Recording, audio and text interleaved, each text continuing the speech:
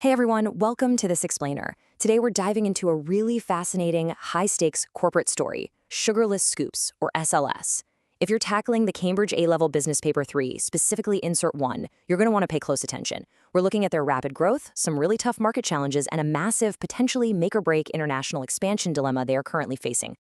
To wrap our heads around the strategy SLS needs to pull off, we'll break this down step by step. We'll cover the rise of SLS, competing in country A, the pricing dilemma, their financial health and gearing, and finally, expanding to country Z. Right, let's jump straight into Section 1, the rise of SLS. So, looking at the ownership structure, there's a really interesting dynamic at play. When Kelly and Faiza founded the company back in 2024 as a private limited company, they were smart. They kept a controlling 52% stake. But they brought in venture capitalists who now hold the other 48%. Now, as you probably know, VC backing is a bit of a double-edged sword. Sure, it gives you that much-needed cash, but it also brings intense external pressure. These investors want rapid growth and huge returns. Kelly and Faiza aren't just running a cozy lifestyle business here. They are on the clock to scale. And honestly, they came out of the gate strong. They poured a lot into market research early on, and it absolutely paid off. They nailed down a killer, unique selling point: distinctive zero-sugar flavors sold at a premium price. Their research showed that 65% of consumers wanted a wide variety of flavors and different carton sizes, so SLS gave them exactly that. We're talking 10 unique flavors in both individual and sharing sizes, all packed into 100% recyclable packaging made from natural ingredients. This product lineup puts SLS in a phenomenal position to ride a massive global trend. The zero-sugar ice cream market is actually projected to grow by 15% every single year leading up to 2030.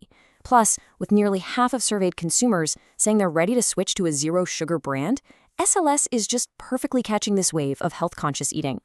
But of course, a booming market brings in the heavy hitters. That takes us to Section 2, competing in Country A. In their home market, which we'll just call Country A, the government is actively pushing zero-sugar diets to tackle health issues. Sounds amazing for SLS, right? Well, it's also sparked some fierce competition. Right now, SLS holds a respectable but definitely small 5% market share. They're basically fighting for scraps while the top 5 massive corporate players absolutely dominate with 60% of the industry.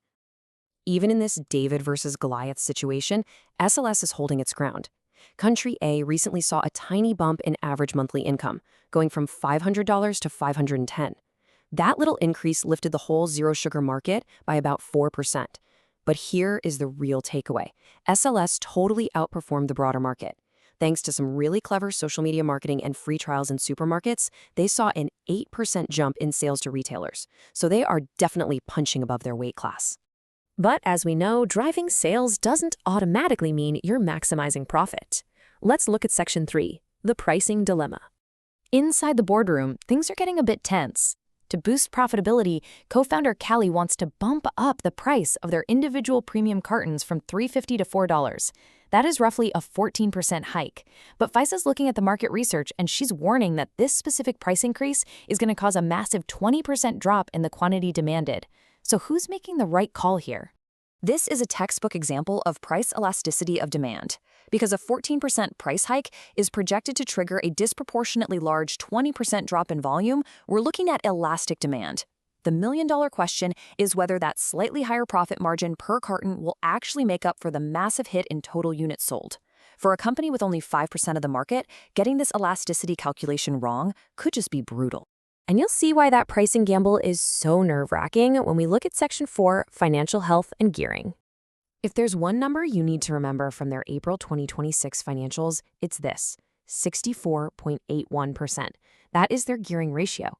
In the business world, anything over 50% is generally considered highly geared. So this tells us SLS is in a very leveraged, pretty risky financial spot, where a huge chunk of their capital is coming from debt rather than equity.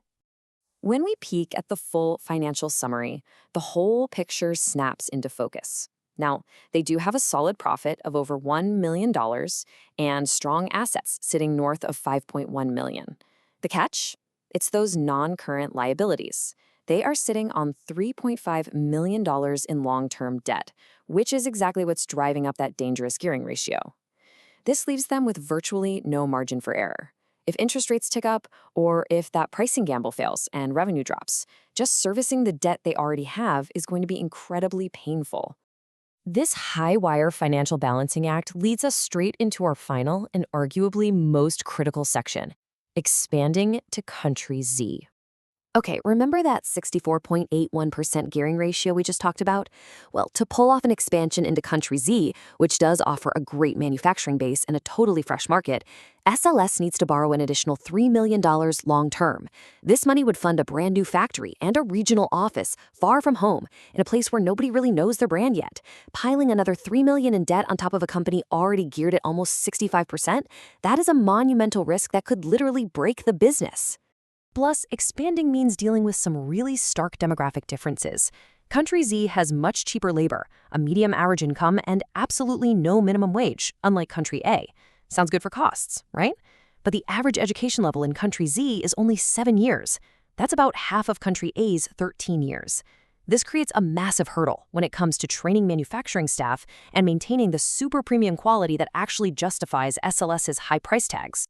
The government and legal environments are just as drastically different. On the plus side, Country Z is offering incredible corporation tax cuts for foreign businesses during their first 5 years, and they're pouring money into new road and Wi-Fi infrastructure. On the flip side, though, Country Z strictly limits foreign businesses to buying land only once, and they only have 2 free trade agreements, compared to Country A's 13.